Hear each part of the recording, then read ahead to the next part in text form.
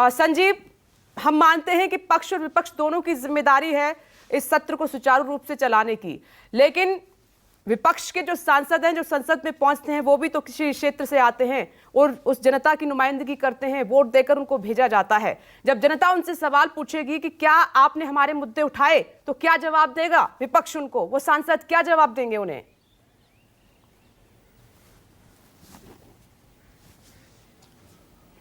देखिए, जहाँ तक संसद में जो प्रोडक्टिविटी है, उत्पादकता है, उसका सवाल है, तो उसके आंकड़े तो इस बार काफ़ी अच्छे हैं। और ये आपको हम बताना चाहेंगे कि पीआरएस एक इंडिपेंडेंट लेजिस्लेटिव रिसर्च की बॉडी है, उसके आंकड़े कल आ गए हैं और उनका ये कहना है कि छोटा सत्र था, लेकिन बावजूद उसके जो रिज़ल्ट है वो दोनों सदनों में 100% है। अब 100% कैसे? तो वो इस तरह से कि जितने आपने बिल्स सोचे थे उन बिल्स पर चर्चा हुई और उन्हें पारित कराया गया। एक अपेक्षाकृत छोटा सेशन होता है, विंटर सेशन, और ये विंटर सेशन इस बार थोड़ा और छोटा था विपनेश, क्योंकि जो नतीजे आने वाले थे गुजरात हिमाचल के, उसके बाद ही इस सत्र को शुरू होना था और एक दिन बाद ही वो शुरू तो हुआ, लेकिन फिर तेज़ी से काम करने की कोशिश की गई।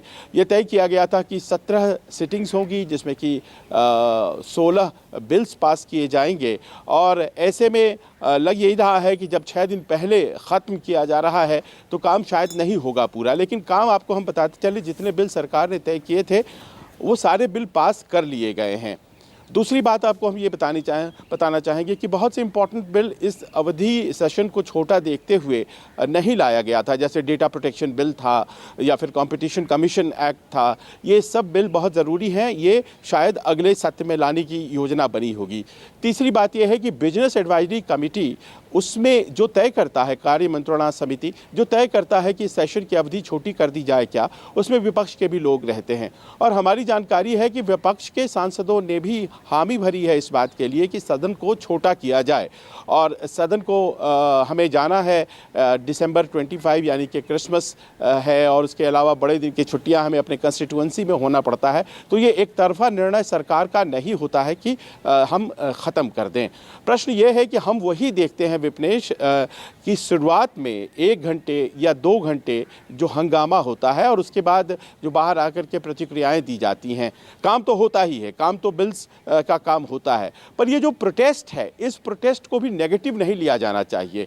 देखिए, मुझे याद है वो दौर जब अरुण जेटली और सुषमा स्वराज दोनों विपक्ष के नेता होते थे, एक राज्यसभा में एक लोकसभा में, और उन्होंने ये बड़ा ही ऐतिहासिक स्टेटमेंट दिया था कि ये जो प्रोटेस्ट होता है, डिसेंट होता है, ये अपने आप में डेमोक्रेसी का, लोकतंत्र का एक हिस्सा है।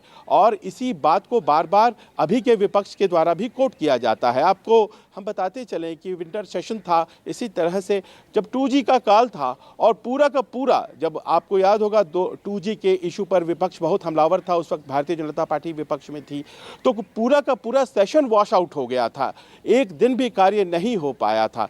तो उन स्थितियों से अगर हम अभी की तुलना करें तो काम तो हो रहे हैं, लेकिन ये अपने आप में बहुत सच बात है, हकीकत है, जिसको आप इशारा कर रही हैं। कुछ मुद्दे, कुछ प्रश्न हैं, और चीन के सवाल पर हमेशा हमने देखा वो टकराव, और वो टकराव जो कि अभी तक सुलझ नहीं पाया।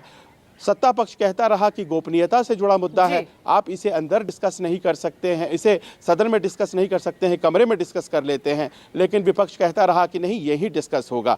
हकीकत क्या है, सच्चाई क्या है, ये समझ बात नहीं आती है, लेकिन ये ज़रूर है कि एक टकराव बनाया गया। देखिए, यहीं से लक्षित किया जाता है बाहर को, यहीं से संदेश दिया जाता है अपने वोटर्स को। और इस कारण से आप ये भी समझिए कि इसमें कोई भी दोषी और कोई भी निर्दोष नहीं है, सत्ता पक्ष या विपक्ष दोनों की बात कर लें, क्योंकि सब अपने अपने वोट बैंक को यहीं से संदेश देते हैं। वो टकराव और उसके बाद बाहर आकर के विपक्ष का नाराज होना और फिर सत्ता पक्ष का अपनी बात कहना, तो ये तमाम डेमोक्रेसी में इस तरह से संसद को भी चुनाव की राजनीति का हिस्सा बना लिया गया है। ये अपने आप में सच है, दुर्भाग्य हो सकता है। जी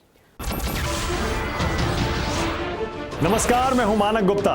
अगर आपको हमारा ये वीडियो पसंद आया हो तो इसे लाइक और शेयर जरूर करें, और हाँ, हमें सब्सक्राइब और फॉलो करना ना भूलें, ताकि आप देश और दुनिया की कोई खबर मिस ना करें।